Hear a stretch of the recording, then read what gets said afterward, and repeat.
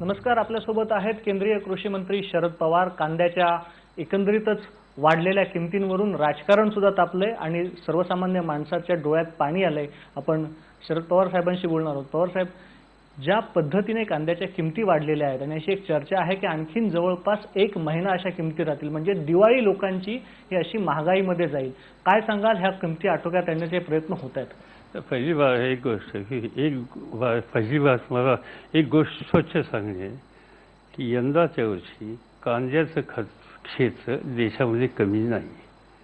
कांदा मार्केटमध्ये येण्याची एक 3 सीझन असतात. एक खरीपमध्ये, रब्बीमध्ये आणि नंतर उन्हाळ्यामध्ये. यंदाच्या वर्षी खरीप पीक ज्यावेळेस बाजारात येतं आणि आणायचं असतं तेव्हा जुलै महिन्यामध्ये महाराष्ट्रामध्ये ज्यांना माहिती आहे ते सांगू शकतील की तिथं अतिवृष्टी होती आणि अतिवृष्टीचा परिणाम मार्केट अरायवलवर विपरीत झाला.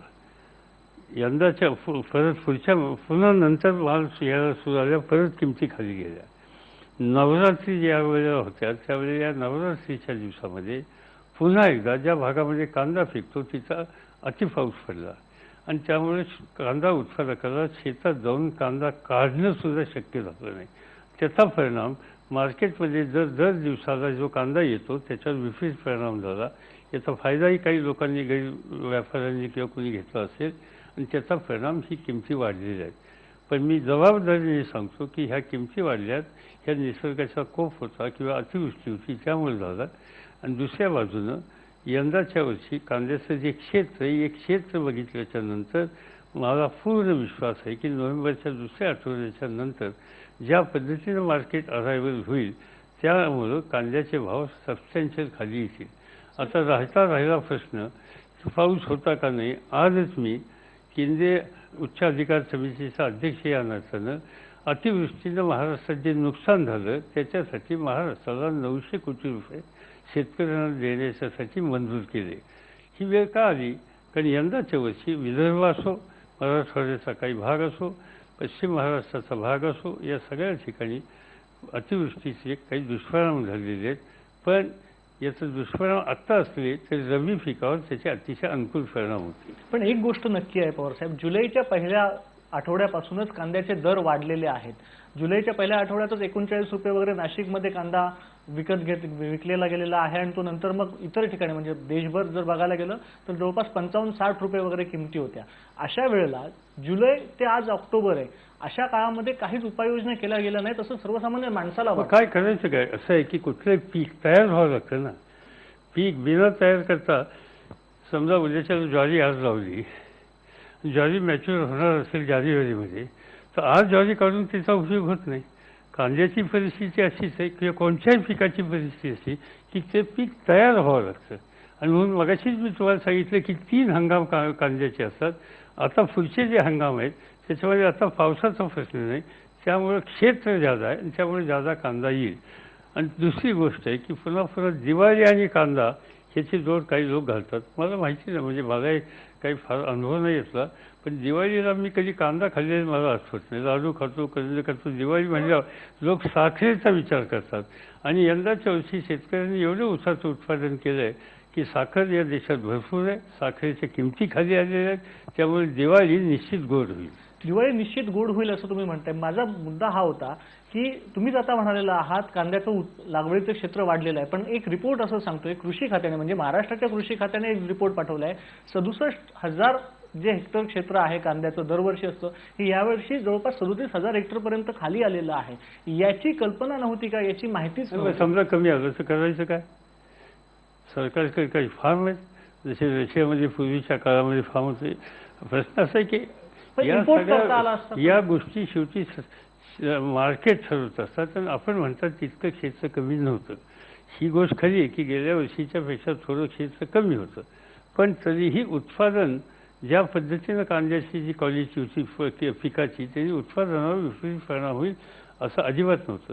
त्या काळातला जो पाऊस होता जुलैमधला आणि आता नवरात्रीच्या काळामधला जो पाऊस पडला त्याच्यामुळे जे झालेले नुकसान ती स्थिती नसतीच आज ही परिस्थिती आलीच नसती. पण ही तुम्ही निसर्गाची बाजू सांगताय. लोकांचं आणखीन सुद्धा असं म्हणणं आहे, तुम्हीच म्हणालात की 35 रुपयाने कांदा विकला जातोय, पण दिल्लीमध्ये म्हणाल तर 80 रुपयाने, मुंबईत काही ठिकाणी, नवी मुंबईत काही ठिकाणी 70 रुपये, 65 रुपये वगैरे अशा दराने कांदा विकला जातोय. याचा अर्थ कुठेतरी साठेबाजी होते आणि काही लोकांना गैरफायदा मिळतो या सगळ्याचा, हे तुम्ही मान्य कराल? पण हे काही शेती मंत्र्याचं काम नाही आहे. शेती मंत्र्याचं काम उत्पादन करण्याचं आहे. शेती मंत्र्याला आनंद एका गोष्टीचा आहे की शेतकऱ्याला किंमत मिळते आणि मध्यस्थाचा नफेखोरी कमी होऊन ग्राहकाला सुद्धा रास्त किमतीने मिळालं तर त्याच्यात आम्हाला आनंद आहे. पण ही शेवटी जबाबदारी ठिकठिकाणच्या अनेक संस्था आहेत. याच्यासाठी आपल्याकडे रेग्युलर मार्केटिंग बोर्ड्स आहेत. त्याच्यासाठी ॲग्रिकल्चर प्रोड्यूस मार्केट कमिटी आहे, जिथं हा प्रत्यक्ष माल जातो आणि नंतर तिथून विक्री होती. त्या सगळ्या ठिकाणी सतर्क राहण्याच्या बद्दलची आवश्यकता आहे. आणखीन एक प्रश्न यातून निर्माण झालेला आहे. मिनिमम एक्सपोर्ट प्राइस काही काळापूर्वी कांद्याची वाढवली गेली आणि त्यामुळे निर्यात कमी झाली आणि यातून काय होतं की शेतकऱ्यांचं मोरल डाऊन होतं, शेतकरी उत्पादन घ्यायला जात नाहीत आणि त्याचा परिणाम लॉंग टर्म जाऊन कांद्याच्या उत्पादनावर होतो आणि नंतर ग्राहकांनाही भोगावा लागतो. असं अनेकदा झालेलं बघायला मिळालेलं आहे. तुम्हाला असं वाटतं की हे पण एक कारण आहे? तुम्ही म्हणता ते 100% सत्य आहे आणि म्हणून मी सातत्याने सांगतोय की शेतीमाल निर्यात करण्याच्यासाठी कुठलाही कर किंवा कुठलंही बंधन असता कामा नये आणि ग्राहकाच्या हिताची जपणूक करण्याच्यासाठी जर आयात जर केली तर त्या आयातीला सुद्धा विरोध असता कामा नये. आज कांद्याची निर्यात ही होते ही स्थिती नाही आहे. आपल्या देशामध्येच कांद्याला जो भाव मिळतो तो बाहेर भाव मिळत नसल्यामुळे कुणी आता निर्यातीच्या भानगडीत पडत नाही. निर्यात याच्या आधी होत होती आणि यानंतर होणार नाही मी असं म्हणत नाही, पण आज निर्यात होत नाही.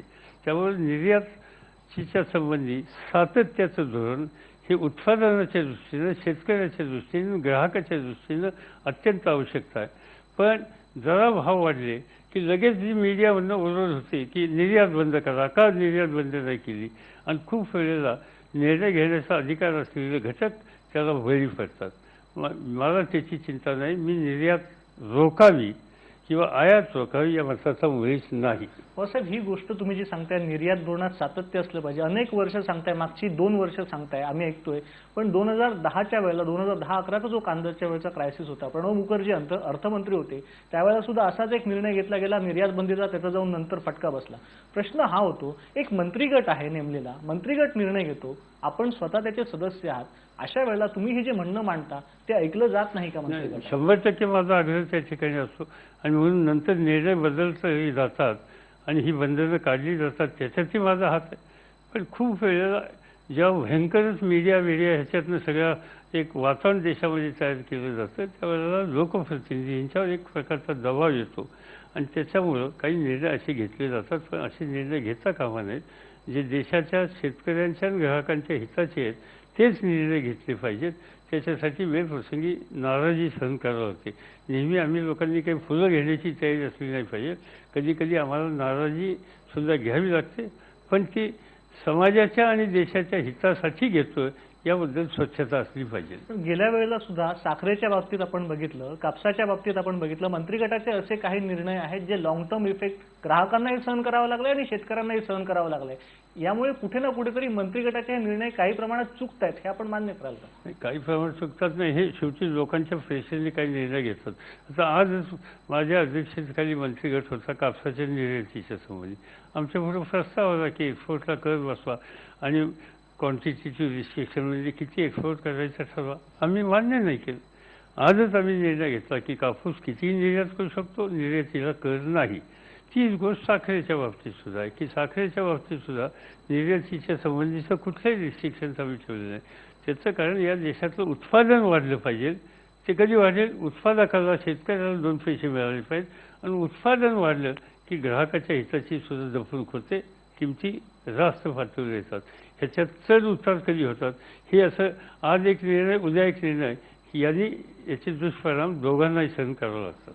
आणि याचे दुष्परिणाम आता ज्या पद्धतीने कांद्याची महागाई झालेली आहे याचे दुष्परिणाम यूपीएला सुद्धा सहन करावे लागतील निवडणुकीमध्ये. ज्या पद्धतीने शीला दीक्षित यांनी आज अक्षरशः युद्ध पातळीवर काम करायचा प्रयत्न केला, त्या तुम्हाला येऊन भेटल्या, त्या पृथ्वीराज चव्हाण यांच्याशी बोलल्या, या सगळ्यातून एक अलार्म बेल वाजलेली आहे कांद्यामुळे असं वाटतं. असं आहे की दिल्ली हे 100% नागरी शहर आहे. इतर ठिकाणची परिस्थिती थोडी वेगळी असते. आता पुणे असेल, नागपूर असेल किंवा मुंबई, आपलं तुमचं नाशिक असेल किंवा इथं तिथं सेमी अर्बन असा क्लास आहे की त्यांच्याकडे ग्रामीण भागातनं शेतीचा मालही येत असतो. दिल्लीमध्ये 100% आजूबाजूच्या सगळ्या भागातून अर्बन त्याच्यावर अवलंबून राहावं लागतं आणि त्यामुळे साहजिकच दिल्लीमध्ये त्या संबंधीची सेन्सिटिव्हिटी ही अधिक असते. आणि शिलाजींनी जे काही पावलं टाकली ती त्या राज्याचे प्रमुख म्हणून जी आवश्यक होती तीच टाकली. त्याच्यामध्ये त्यांनी योग्यच केलं.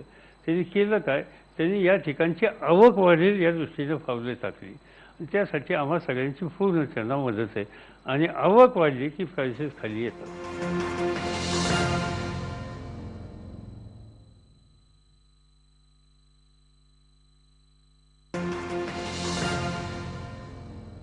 शीला दीक्षित यांनी जी काही मेहनत केली आहे ही निवडणुकीच्या दृष्टिकोनातून केली अशी एक चर्चा आहे. मला प्रश्न तुम्हाला हा विचारायचा आहे की आज या कांद्याच्या मुद्द्यावरून सगळ्यात जास्त जर टीका कोणावर होत असेल तर ती तुमच्यावर टीका होते. महाराष्ट्रातले भाजपचे प्रवक्ते असू देत, नेते असू देत किंवा देशभरातले कोणीही असू देत, ते तुमच्याकडे बोट दाखवतात आणि म्हणतात की हा पवारांमुळे तयार झालेला क्रायसिस आहे. चांगली गोष्ट, मी त्याच्यावर समाधानी आहे. त्यावर या देशातला माझा जो सपोर्टर शेतकरी वर्ग आहे तो खुश होईल. कारण तो निश्चितपणाने की शेतकऱ्यांच्या हिताची जपणूक करण्याची भूमिका पवार घेतात हे त्याला पटलेलं आहे. ते आणखीन रिकन्फर्म होईल आणि त्याचं समर्थन आम्हाला लोकांना उत्तम रीतीने मिळेल, त्याची आम्हाला चिंता नाही. पण तुम्हाला असं खरंच वाटतं, कारण ज्या पद्धतीने महागाई वाढलेली आहे देशात, चर्चा अशी आहे की याचा युपीएला खूप मोठा फटका बसेल येणाऱ्या निवडणुकीमध्ये? असं आहे की महागाईच्या बद्दलची चर्चा होते हे तुम्ही म्हणतात ते खरं आहे. पण 80% खेड्यातल्या लोकांना 80% आणि शहरातल्या 56 ते 60% लोकांना अन्न सुरक्षा विधेयकाच्या माध्यमातून 2 रुपये किलो गहू आणि 3 रुपये किलो तांदूळ ही देण्याच्या संबंधीचा कायदा केल्याच्या नंतर आणि त्याला पुरेसं उत्पादन या देशातल्या उत्पादक शेतकऱ्यांनी बळीराजांनी केल्याच्या नंतर मला स्वतःला याच्याबद्दलची चिंता वाटत नाही. सामान्य माणूस ज्याची देण्याची ऐपत आहे त्याच्याबद्दलची मला चिंता नाही. पण जो मध्यम वर्ग आहे आणि गरीब वर्ग आहे की ज्यावेळेला 80% खेड्यातला माणूस किंवा 60% शहरातला वर्ग, याचा अर्थ सगळा मध्यम वर्ग त्याच्यामध्ये सहभागी झालेला आहे, त्याच्या हिताची जाणीवपूर्वक जपणूक करण्याची कामगिरी या सरकारने केलेली आहे आणि त्याची अंमलबजावणी लवकरच आता सुरू होते. त्यामुळे मला अन्नधान्याच्या किमतीच्या संदर्भातल्या महागाईच्याबद्दल कुणी बोलू शकेल, चर्चा करू शकेल, टीका टिप्पणी करू शकेल, पण त्या घरातली गृहिणी या दराने त्याला हे सामान मिळाल्याच्या नंतर तिचं मत मात्र आम्हा लोकांच्या दृष्टीने अनुकूल असेल असं मला वाटतं. पवारसाहेब, जे 5 राज्यांच्या निवडणुका सुरू आहेत, एकंदरीतच जर वातावरण बघितलं तर असं अनेक जण म्हणतात की ह्या काँग्रेसला फटका देणाऱ्या निवडणुका ठरतील.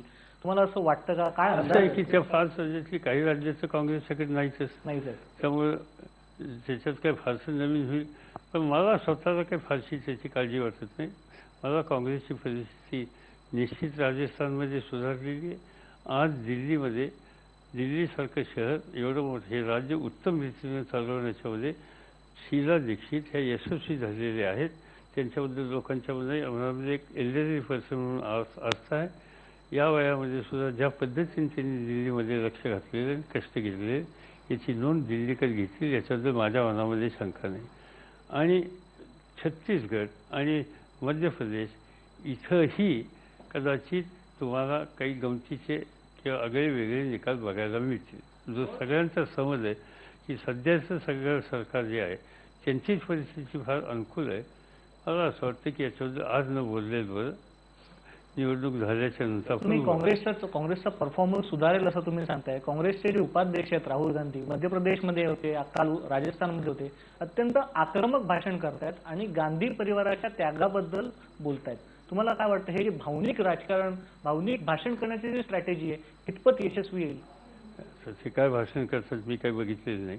पण कुठल्याही राजकीय पक्षाचा नेता आपला विचार प्रभावी आक्रमकपणाने लोकांच्या समोर मांडतो.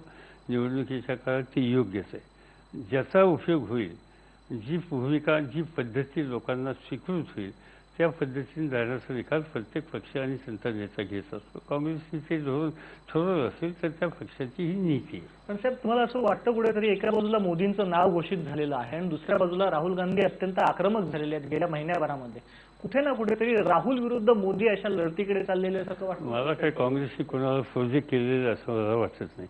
जनरली मला अनेक वर्षाचा जो काँग्रेसचा माझं ऑब्झर्वेशन आहे, काँग्रेस कुणाचे निवडणुकीत पुढं करून या निवडणुकीला कधी सामोरं जात नाही. पण तुम्हाला असं वाटतं काँग्रेसने प्रोजेक्ट जे करावं? आक्रमकपणानं जातात ते प्रामुख्यानं पक्षाच्या संदर्भात ती भूमिका जनमानसात पोहोचवण्याचा प्रयत्न करतात आणि आत्तापर्यंत इतक्या वर्षांचा अनुभव मला असं वाटतं की तो काही वाईट गेलेला नाही. राहुल गांधी पंतप्रधान पदासाठी योग्य आहेत का असं तुम्हाला वाटतं? नाही, पण त्याचा प्रश्न आला कुठं? त्यानं कुणी ठरवलं? तुम्ही ठरवलं? नाही, पण तुम्हाला विचारतो. त्याला विचारतं कशाच्या? ज्याला आधारच नाही म्हणजे तुम्ही मला विचार तुम्ही योग्य आहे का? माझ्या जागाच 15 निवडून येत आहेत तर मी त्याची काय अपेक्षा करायची? कशासाठी त्याची इथं काँग्रेस पक्षाने त्यांना प्रोजेक्ट केलं असतं तर 100% तुमचा त्याच्याबद्दलचा अभिप्राय मागण्याचा अधिकार आहे. पण आपलं हवेतच चर्चा करायची, त्याला आधार नसताना पण बोलायचं. ह्याची चर्चा आहे. चर्चा त्याला अर्थ नाही, त्या चर्चेला आधार नाही. 2014 नंतर युपीएच्या नेते म्हणून, काँग्रेसचे नेते म्हणून जर राहुल गांधी पुढे आले तर अशा वेळेला पक्षाची भूमिका काय? जर तुम्ही आले असं सांगू नका. त्यांनी निर्णय झाले तुम्ही मला विचारा. तर सर, दुसरा प्रश्न आहे, तुम्ही स्वतःच्या लोकसभेच्या संदर्भात म्हणालेला तुम्ही आता लढणार नाही आहात, पण तुम्ही राज्यसभेतून येत आहे. एका परीने जी 2014 नंतर एक हंग पार्लमेंट येण्याची शक्यता आहे असं म्हटलं जाते, त्यामध्ये तुमची महत्वाची भूमिका असू शकते असं मानायचं. माझी भूमिका हीच आहे की स्टेबल गव्हर्नमेंट येण्याच्यासाठी हातभार लावणं आणि त्यासाठी मी प्रयत्न करेन. पण तुम्हाला असं वाटतं की ज्या पद्धतीने वातावरण आहे त्या पद्धतीने बघायला गेलं तर 1996 सारखी 97 सारखी परिस्थिती येईल?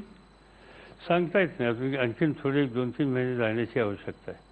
पण मला असं वाटतं की आमच्यासारख्या लोकांनी पुन्हा देशामध्ये स्टॅबिलिटी येईल आणि पुरोगामी विचाराचं सरकार येईल याच्यासाठी हातभार लावला पाहिजे. तो आमचा प्रयत्न राहील. मध्यंतरी तुमची एक मुलाखत आली होती आणि ज्यामध्ये तुम्ही असं म्हटलेलं होतं की जयललिता, नवीन पटनायक किंवा मुलायम, मायावती, नितीश कुमार हे नेते येणारा पंतप्रधान ठरवतील. तुम्हाला काय सांगा? माझं स्वच्छ म्हणणं असं आहे की या निवडणुकीमध्ये रिजनल शक्ती ज्या आहेत, रिजनल नेतृत्व आहे, त्यांना बायपास करून चालणार नाही. त्यांचा आधार घेण्याची परिस्थिती आता मला दिसते. त्यांना आधार देण्याची म्हणजे काँग्रेसने बाहेरून पाठिंबा द्यावा अशी परिस्थिती येऊ शकते? काही येऊ शकते. ते आज काय सांगतील? ते काँग्रेसला पाठिंबा देऊ शकतात, काँग्रेस त्यांना पाठिंबा देऊ शकतो. या देशामध्ये दोन्ही गोष्टी आपण पाहिल्यात. मागचं नरसिंहरावचं गव्हर्नमेंट ज्यावेळी झालं त्यावेळेला कुठं आमचं बहुमत होतं? त्या बाहेरच्यांच्या पद्धतीने आम्ही 5 वर्ष सरकार चालवलं. मागच्या वेळेला मनमोहन सिंगांच्या सरकारमध्ये सुद्धा बाहेरच्यांची मदत होती. त्यामुळे सरकार चाललं 4-4.5 वर्षाचे आणि काँग्रेसने इतरांना मदत केली आणि त्यामुळे सरकार चाललं. हे आपण देवेगौडांच्या वेळी बघितलं, ते आपण गुजराल साहेबांच्या वेळी बघितलं. त्यामुळे या देशात दोन्ही गोष्टी घडू शकतात. अशी एक तिसरी आघाडी करायचा प्रयत्न होते. मध्यंतरी मुलायमसिंग यादव यांचं एक स्टेटमेंट आलेलं आहे. आता एक बैठक होणार आहे. कम्युनिस्ट पक्ष म्हणजे प्रकाश करात एक बैठक बोलवतात ज्याला नितीश कुमार येऊ शकतात 30 तारखेला बैठकीला, अशी चर्चा सुरू आहे. अशी एक तिसरी आघाडी सशक्तपणे पुढे येण्याची शक्यता निवडणुकी अगोदर तुम्हाला दिसते का? नाही, मला माहित नाही त्याच्यात म्हणजे ती किती येणार आहे, किती टिकणार आहे. माझ्या वाचनात आलं अशी काही बैठक बोलवत आहेत. असं काही झालं तर चांगलं होईल. एक फॉर्मेशन चांगलं झालं काही विचारावर आणि कार्यक्रमावर, त्याची उपयुक्तता देशाला स्थैर्य आणण्याच्यासाठी निश्चित होतं. पण अशा वेळेला साहेब, जी महाराष्ट्राची इच्छा आहे पंतप्रधान पदाची, अशा वेळेला तुमचं नाव या स्पर्धेमध्ये येऊ शकतं? नाही, कारण त्याच्यात मी त्याचा उमेदवार नाही. मी लोकसभाच लढवत नाही. तर प्रश्न कुठे येतो? दुसरी गोष्ट अशी की लोकसभा लढवत नाही त्याचं कारण मला इथून पुढच्या काळामध्ये फारशा जबाबदाऱ्या राजकीय पक्षाच्या संघटनात्मक कामाशिवाय इतर ठिकाणी घेण्याची इच्छा नाही. मला असं वाटतं की नव्या लोकांना पुढं करावं. पवारसाहेब, आणखीन एक प्रश्न महत्त्वाचा आहे आणि खूप चर्चा सुरू आहे ती म्हणजे नरेंद्र मोदींच्या संदर्भामध्ये. नरेंद्र मोदी संपूर्ण देशभर दौरा करतायत, प्रचंड गर्दी होते त्यांच्या सभांना. हा एक काँग्रेसला, युपीएला इशारा म्हणण्यासारखी परिस्थिती आहे असं तुम्हाला वाटतं? सभेच्या गरजेवरनं निवडणुकांचं यश असतं असं मला वाटत नाही. म्हणजे मी या देशात अनेकदा असं बघितलं की वाजपेयी साहेब प्राईम मिनिस्टर नव्हते, विरोधी पक्ष नेते होते. त्या काळात त्यांच्या सभा ह्या अशा लक्षणीय मोठ्या असायच्या. मला असं दिसलं नाही कधी की त्या पक्षाच्या हातात देशातल्या लोकांनी स्वच्छ राज्य दिलं. लोक येतात, एखादं काहीतरी नवीन काहीतरी भूमिका मांडण्याच्यासाठी कोणी प्रयत्न करत असतील तर ऐकणारा वर्ग असतो, नाही असं नाही. पण याचा अर्थ ते सगळं मतातच रूपांतर होतं असा माझा पूर्वीचा अनुभव नाही. धन्यवाद पवारसाहेब, IBN लोकमतशी बोलल्याबद्दल.